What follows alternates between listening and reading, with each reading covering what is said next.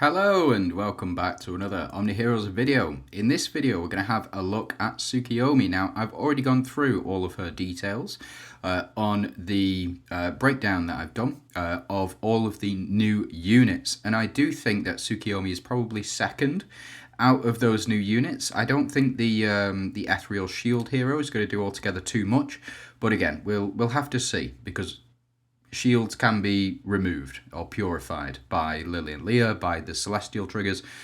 Again, what she does is very strong. And let me just show you, and we'll go into a breakdown. So first things first, she is a mystifier.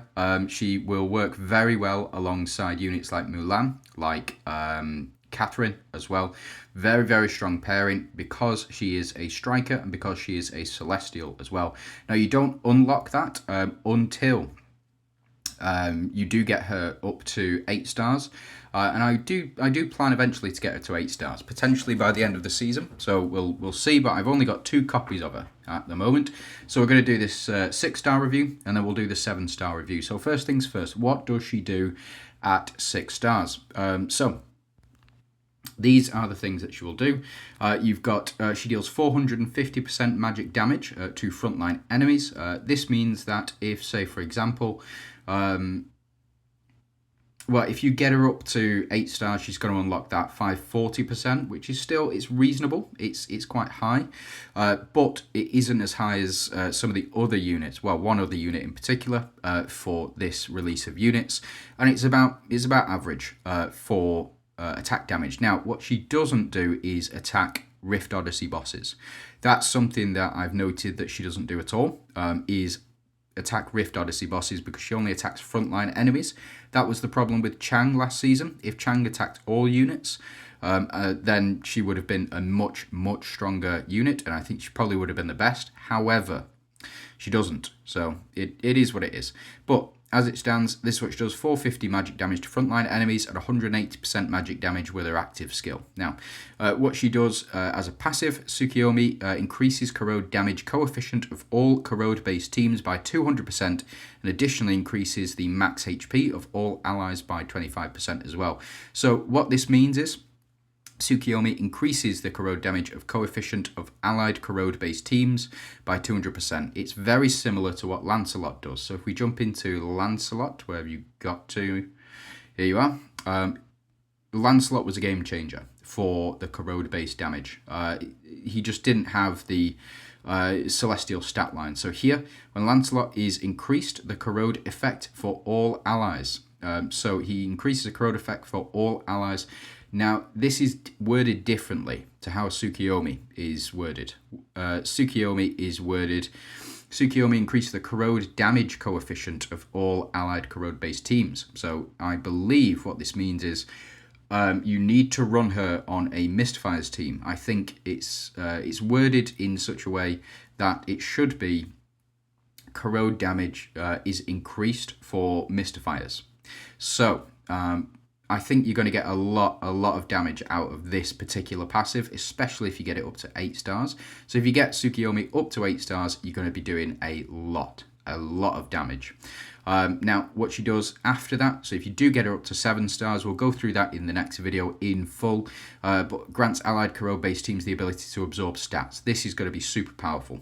And it's attack by 1,000,000 and defense by 1,000,000 per stack, up to 20 stacks.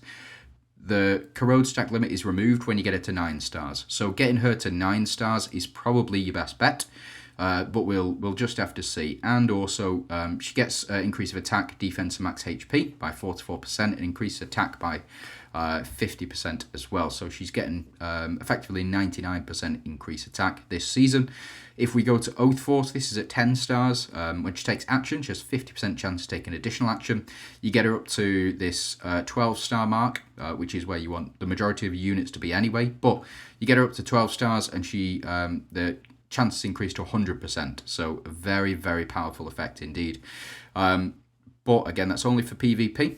So let's take her into some PvE for now, and we'll just see how well she does. So here we go. Here's a little team that I've just built. It's super basic, relatively. You've got Dullahan and Astrid front row as your monarchs. You do have Tsukuyomi as a striker. So what you can do is you could take out Dullahan and Astrid, and you could have Mulan, and you could have Catherine on the same team, and that would give you your 3 strikers synergy. Again, I still think Monarch is better than strikers, but strikers can do much better in PvE environments where you need to do a ton of damage. And I think Tsukuyomi is going to do very well alongside her as well. So let's jump in. Let's see how much damage we do with Tsukuyomi on the team and just see whether or not that's reasonable. That's reasonable corrode damage. We are being pumped up a little bit by Lancelot as well. So what I'm going to do is on this in the next battle, we are going to take Lancelot out and just see if there's a difference in damage as well.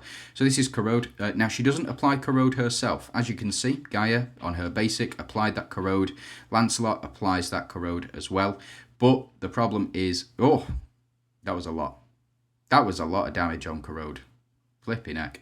When you get up to 7 stars, it's going to be even better as well. We'll see. I'm quite excited about Tsukuyomi. The increase of 300% eventually, when you get her up to 9 stars, is going to be absolutely phenomenal.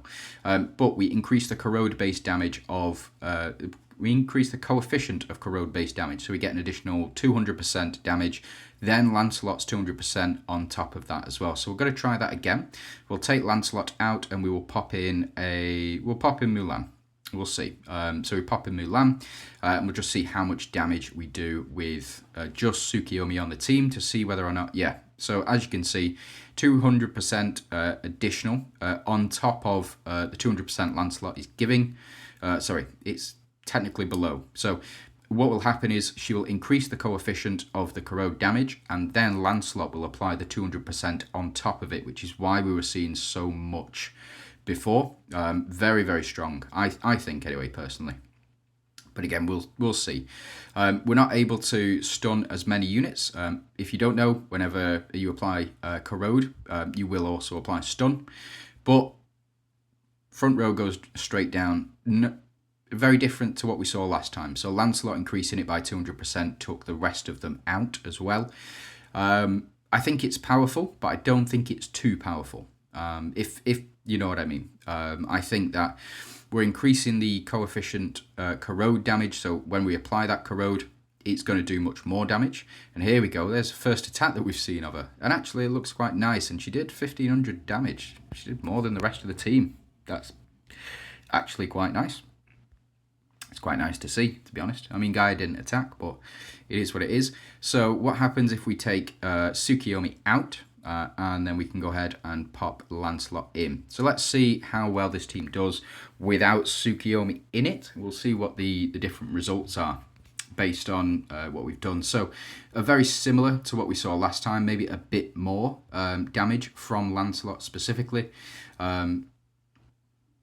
Yeah, I think she's actually adding quite a bit of damage to the table with that additional 200%, even at 6 stars. I don't think she's as powerful as Elisha was at 6 stars. Elisha's just a beast at 6 stars. It's mental. But we're applying much more corrode as well with Lancelot on the team. So we'll see. We'll see. Oh, I needed that coffee.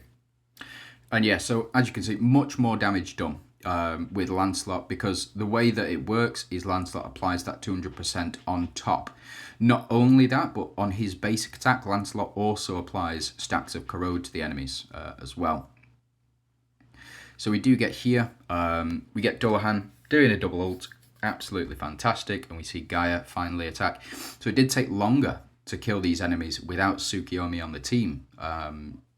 That's actually quite shocking, to be fair. But again, she's only 6 stars. I think she's going to get better over time the more we understand how that 200% is applied.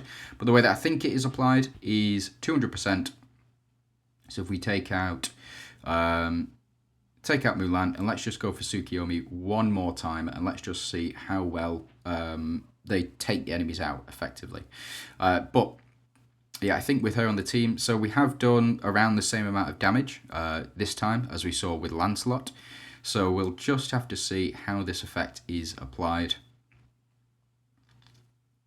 Again, I don't think we'll steal this time with Lancelot. Hopefully we won't steal anyway, because in that first match we did steal. Now she's doing less damage than Lancelot. She's doing less damage than Gaia, I believe. But and she doesn't apply corrode, which is something that so we've not done anywhere near as much damage this time around without Mulan on the team. But again, we'll have to see. So Astrid actually doing more damage that time, potentially because of crits. But we'll see, and we'll see how Tsukuyomi does. So we should see Dullahan here. It's not killing, that's absolutely fine. We do get the double ult here, so we did take out 2 of them. And we'll see how much damage Tsukuyomi's doing. Is reasonable. How much damage is Gaia doing here? So Gaia is actually doing more, but remember, I've got Gaia at half red runes. I also have Gaia at... So I've got Gaia at half red runes, and I've also got Gaia at 9 stars as well. So take that with what you will. Gaia is doing 100 extra million, but only because she's, she's 3 stars more, and she's got half red runes as well. So take that with a grain of salt. But we will be doing more of the Tsukuyomi stuff. I'm going to have a 7-star review come out tomorrow, and then we'll take it from there. So yeah, thanks very much for watching. Hope you have a fantastic day, and good luck in your summons.